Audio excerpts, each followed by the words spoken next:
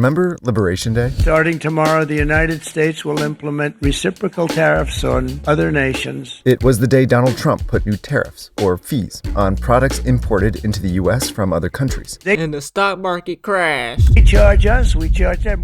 Trump assigned a different tariff rate for each country. Goods from China would be charged 34%. Goods from Indonesia, 32%. He charged other countries even more. Vietnam, they like me, I like them. We're going to charge them 46%. Cambodia, oh, look at Cambodia. We're going to bring it down to 49%. For many U.S. companies that You said bring it down. What was it at? manufacture products in these countries, these tariffs were very bad news. Right. But for Nike, they were a disaster. Is that right? Because Nike made almost all of its sneakers and apparel in these countries, it was facing more than $1 billion in tariffs. Hey. And because even before Liberation Day, pretty much everything else at Nike So that's why Nike Tech $200 now, huh? was going terribly. Once a tastemaker, sneaker giant Nike is falling behind. Shares of Nike are in free fall. Warning of weaker Hey. revenue. Identity Buy the deal. Nike. Nike. Nike. Make no mistake, there's a lot wrong here. Nike needs to get its you-know-what together. Now you might be thinking, why does one sports company really matter? And I'd say that if you want to understand the 21st century political economy of sports, you have to consider not just the players, teams, leagues, and owners, but the giant billion-dollar companies as well, especially one that's revenue is bigger than a lot of countries' GDP. So what exactly is going wrong at Nike, and is it too late to fix?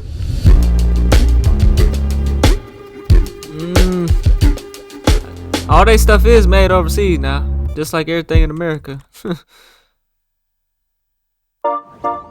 Nike's success comes down to a simple formula.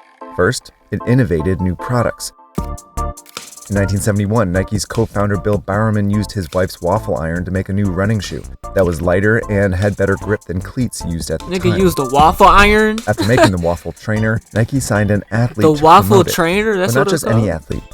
In the 1970s, sportswear was dominated by giants like Adidas, Converse, and Puma. Nike saw itself as the scrappy underdog. Steve Is that Prefontaine right? was also a scrappy underdog. Once considered too small to be a track star, Prefontaine went on to be a college champion and run in the 1972 Olympics. He stood for individualism, rebellion, and the pure joy of competition. In 1973, Nike signed him, then added the final piece to the puzzle, bold advertising. Adidas and Converse's branding tended to be positive and relatable. Hey, Dr. J, where'd you get those moves? But Nike was unapologetically about winning. Its name came from the Greek goddess of victory. The swoosh logo was big and aggressive, and Nike's tagline got to the point. Just do This it. formula eventually won Nike 50% of the US athletic footwear market. So the company used it to expand into tennis, then basketball, where Nike signed the athlete first. Jordan. Michael Jordan was exactly the kind of tenacious competitor Nike liked. There's a kaboom. What a jam! Here's Jordan down the middle. And to this day, ain't no NBA player got harder shoes than Michael Jordan. Kaboom! And that's what they gave It's us. crazy. So much so that Nike designed a new shoe just for him, the Jordan 1s. It violated the NBA's rules that shoes had to be mostly white, but Jordan wore them anyway, and Nike paid the fines. Yeah. Then Nike put Jordan in its Gangsta signature shit. hats. Yo, Mike, what makes you the best player in the universe? That's Spike Lee. Is it the vicious dunks? No Mars. Is it the haircut? No Mars. Money's He ain't gotta got be the none. He shoes. bald. Shoes. You sure it's not the shoes? I'm sure Mars. Spike Lee directed commercials that were like both at the same time tongue-in-cheek, but also brash, swaggering, arrogant. Daniel Yaw Miller is a journalist covering sports and fashion. It really kind of took shots at its competitors. It was unafraid to kind of lash out and also back it up. I think that's the essence of Nike storytelling. As Jordan went on to become the greatest basketball player in history, Nike grew into the biggest sportswear company in history. Over the next 30 years, the company used this formula to expand into more sports, from soccer to golf. Here it comes.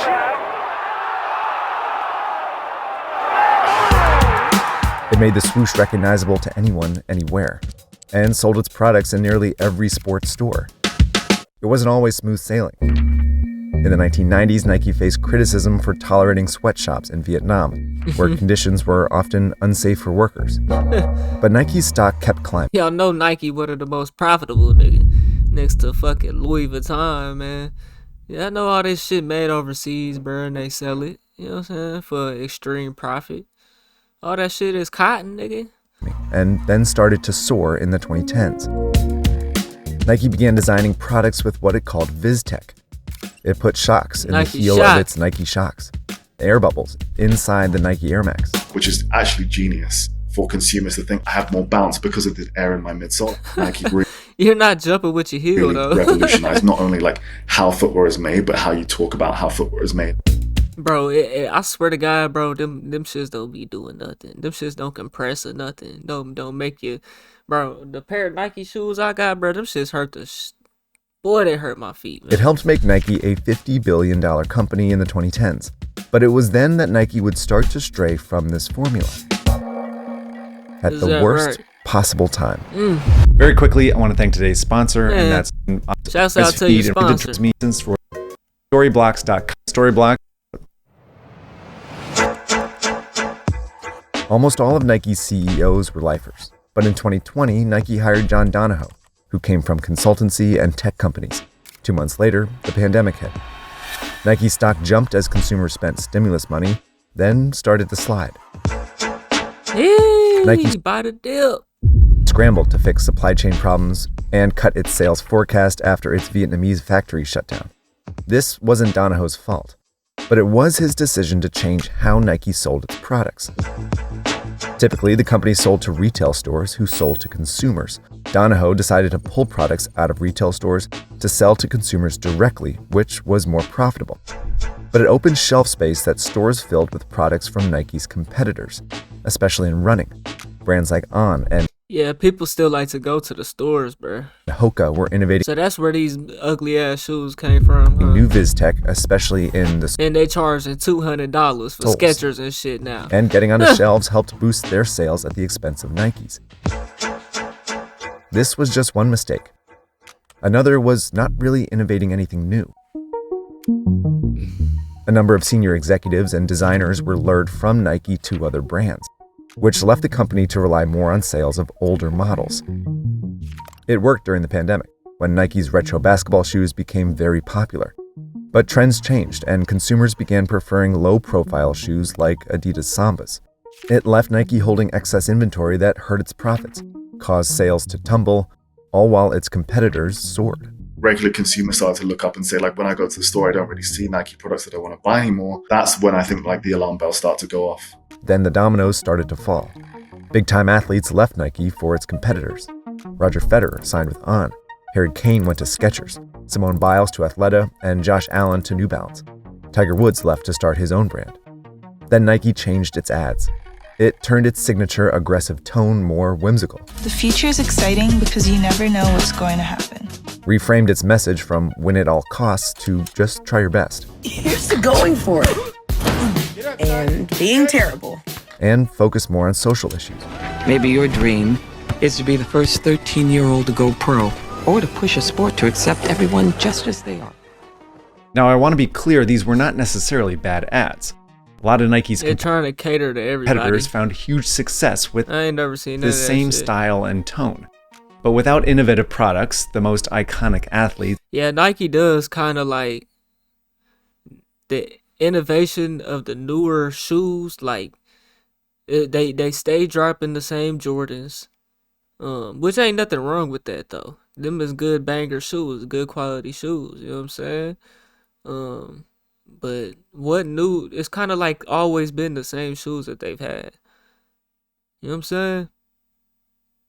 I fucks with Nike though. Nike's still superior. for its bold advertising, Nike lost what made it Nike. Nike had been cool for so many decades and the epitome of sporting performance and the epitome of cool. And for a while, it lost the cool factor. And so for the first time, Nike's stock price started a multi-year decline.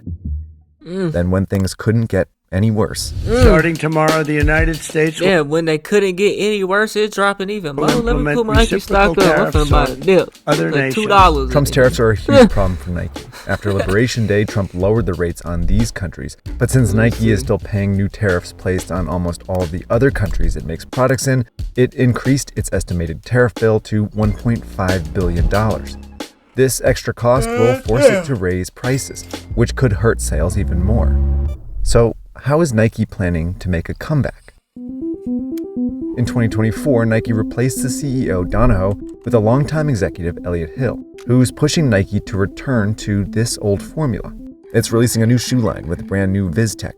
Here's their latest video about it. Nike Mind is a new sensory footwear concept that helps reawaken the foot. When it comes to Nikes, it's always niggas wearing Air Maxes, Jordans, something of the line, bro. It's always the same shoes, Dunks. You know, they kind of have their specific shoe that they make. You know what I'm saying? Which they don't necessarily need to expand to, because if it ain't broke, don't fix it. You know what I'm saying? But they really don't come with no new shoes like that. At a point in time, they was coming out with a lot of them, like Roshis, and they still, I guess they still be coming with them. I don't know. I don't really keep up with the body and the mind. Nike's putting these shoes on its biggest From what I see, though, it's always people wearing the same type of shoes, though. Stars. And even them kind of clean, though, them little slides, though.